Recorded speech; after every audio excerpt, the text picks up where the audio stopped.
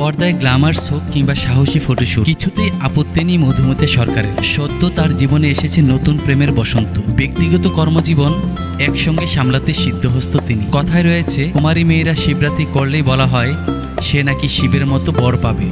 এদিকে আগামীকাল শিবরাত্রি, এই দিন কি করবেন মধুমিতা? শিবের মতোই কাউকে পেয়েছেন জানিয়ে অভিনেত্রী বলেন, সেটা আমি পেয়েছি, কিন্তু এমনটাও নয় যে আমি যদি কাউকে না পেতাম তাহলে শিবের প্রতি আমার ভক্তি শ্রদ্ধা বা পূজা করার ইচ্ছাটা চলে যেত।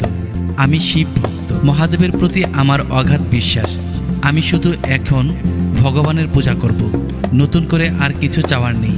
যা দিয়েছেন তাতে আমি ভীষণ খুশি। এরপর শিবরাত্রিতে কি করবেন জানিয়ে মধুমিতা বলেন, আমি খুব নিষ্ঠার সঙ্গে শিবরাত্রি পালন করি। পূজার আগের দিন সংযম করেছি, নির্জলা উপোস করে প্রতি প্রহরে জল ঢালব। এই দিন পাড়ার মন্দিরে খুব ভিড় হয় বলে বাড়িতেই নিজের মতো করে ভালো করে পূজা করতেই পছন্দ করি। রুদ্র অভিষেক করার ইচ্ছে আছে।